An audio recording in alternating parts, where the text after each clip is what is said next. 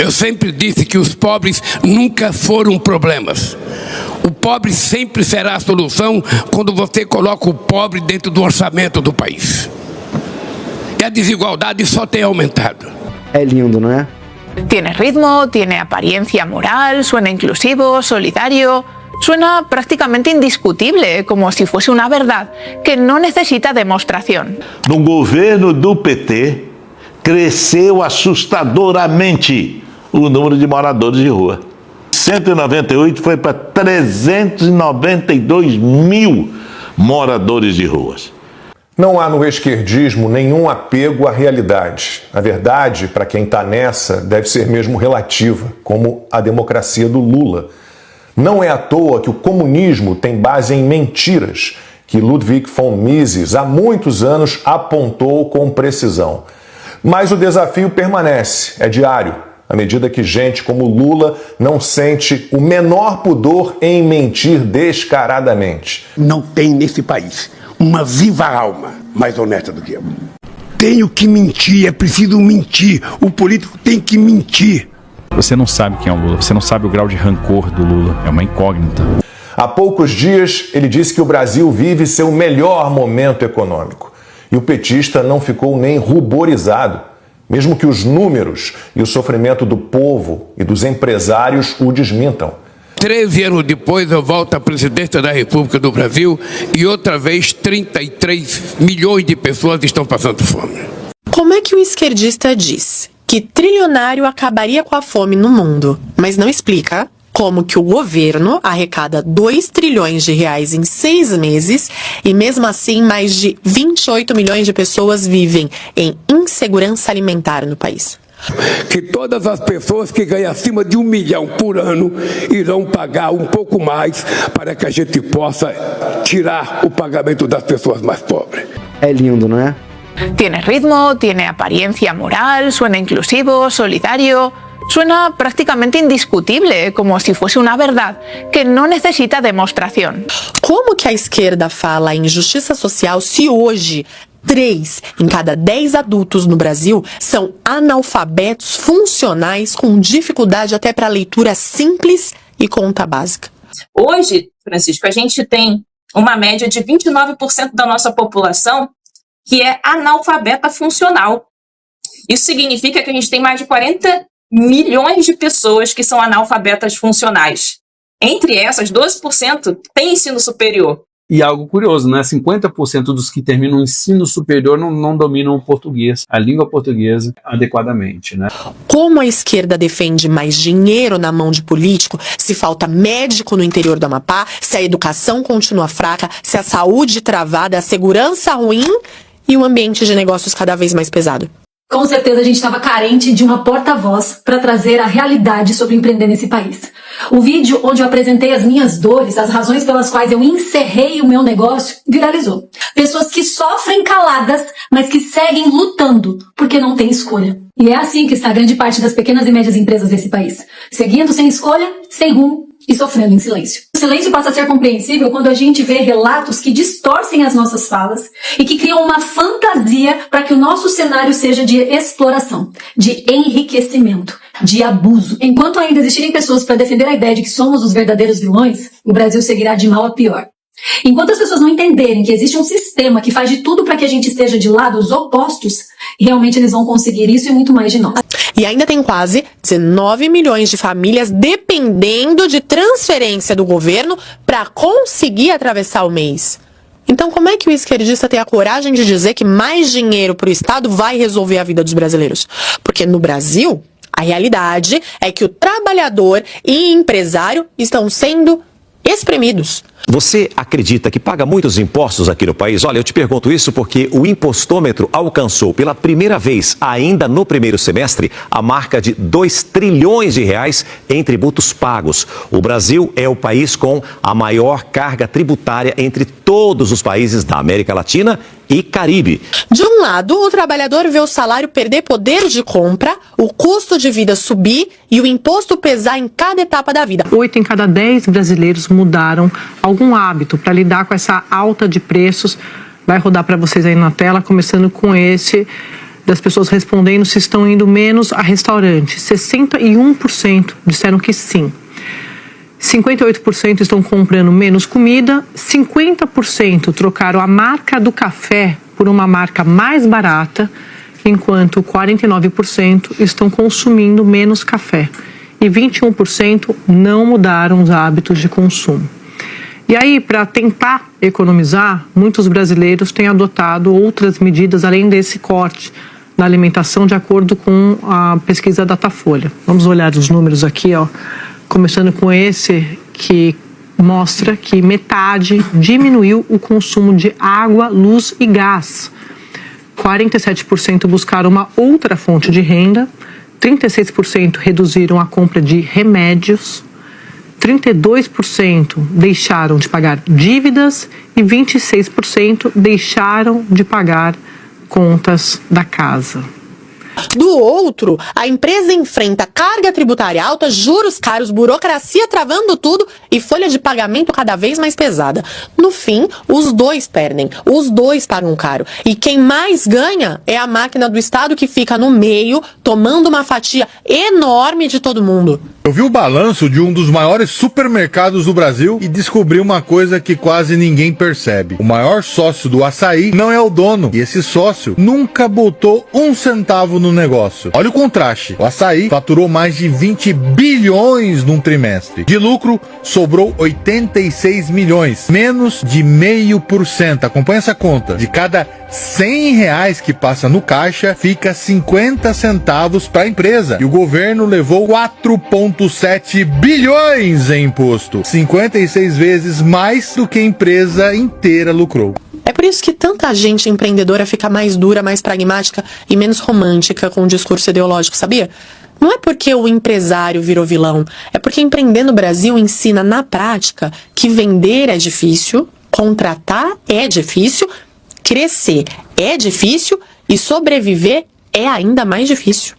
E enquanto o trabalhador e o empresário ficam brigando entre si, o sistema continua cobrando dos dois lados. A disputa jamais deveria ser entre patrão e funcionário. Deveríamos estar unidos para que a gente pudesse combater aquele que abocanha um pedaço do nosso trabalho todo santo dia e nada nos retorna de volta. Porque enquanto houver pessoas que defendem, se o salário fosse melhor, se a condição de trabalho fosse menos precária, se o ambiente não fosse tão tóxico, se o patrão não quisesse enriquecer em cima da exploração do trabalho alheio, o Estado segue soberano no roubo que ele nos causa todos os dias, sugando o nosso suor, o nosso sacrifício e saindo ileso dessa situação. Mas não, a gente está culpando o empresário. A gente vai viver esse relacionamento de inveja, de achar que ele está enriquecendo às minhas custas, às custas do meu trabalho, então eu vou exigir mais mesmo, então eu vou fazer o mínimo mesmo, porque é isso que ele merece, ou então eu vou torcer contra a empresa para que nada dê certo. É aí que a gente reconhece a tacada de mestre do nosso governo corrupto, que consegue, através da narrativa perfeita, transformar a sua mente e destruir todo um sistema de produção e crescimento de um país que é tão rico, mas que não consegue sair da pobreza. Aí o custo de vida sobe, o salário não acompanha, a empresa não cresce e o país anda em círculo. O vilão não é quem produz. O vilão é a estrutura que vive em cima de quem produz e devolve pouco demais. Uma empresa paranaense dirigida por uma mulher foi multada em R$300 mil. Por quê? O juiz do trabalho achou inaceitável que não haja mulheres em cargos de chefia. Engraçado que ele é homem, numa turma de juízes que só tem homens. O grande problema é o Estado brasileiro se intrometendo na iniciativa privada e tentando interferir em algo que nem é regulado por lei. Não há política de cotas para nomeações de chefes em empresas privadas. Uma empresa multada em R$300 mil sem ter cometido nenhum ilícito não corre o risco de ser mais uma a fechar as portas e se mudar para o Paraguai. Lá os impostos são muito mais baixos, o país tem mais liberdade econômica e o Estado não interfere na vida das empresas. E pense comigo, se acontecer de a empresa fechar e ir embora, a ideologia que obrigou a direção a contratar mulheres como chefes, independentemente de competência, terá tirado o emprego de milhares de funcionários. E as pessoas vão caindo em narrativas e ficam discutindo assuntos a nível dos olhos. Você não enxerga um jogo a nível dos olhos. Porque a articulação da magia nunca está na mão do mago, está por detrás. As pessoas ficam olhando a mão do mago e discutindo o que estão vendo e não estão percebendo que a mágica toda está acontecendo por detrás, né? Então, eis a questão. Então, perde-se muito tempo com, eu chamo de ruído. A maior parte da informação que tem é lixo. E as pessoas se prendem ao lixo. Acho que é ignorância, né? Não saber a verdade e acreditar numa mentira A que pessoa parece é verdade. atraída pelo ruído porque a mente dela é puro ruído. Então, não é possível atingir um estágio de coerência e ordem se ela não desenvolver isso. Então, ela tem que iniciar um processo, é todo um caminho de ligar pontos. Simulacros de isenção, ficção de imparcialidade, repercussão seletiva, pluralismo de fachada, através da mentira e da distorção dos fatos. E daí a gente vai ver, sabe o quê? O poder que é a mentira. Você cria os agentes vão divulgando, vão contando uma história, a história vai sendo contada, vai tomando conta de mais e mais regiões que vão contando a mesma história, volta na história e tem a coragem de ver que o jogo é sempre o mesmo. E agora é o quê? Porque é sempre o mesmo padrão e é sempre a mesma negação, porque ela fica presa em figurinhas de ilusão. As pessoas estão muito menos interessadas na verdade do que em estar com a razão. Então, a partir do momento em que você toma uma informação para si, você não está mais sendo a mesma pessoa. Há uma mudança cerebral, uma mudança, obviamente, cognitiva, uma nova interpretação de realidade. Você passa a ser uma nova pessoa.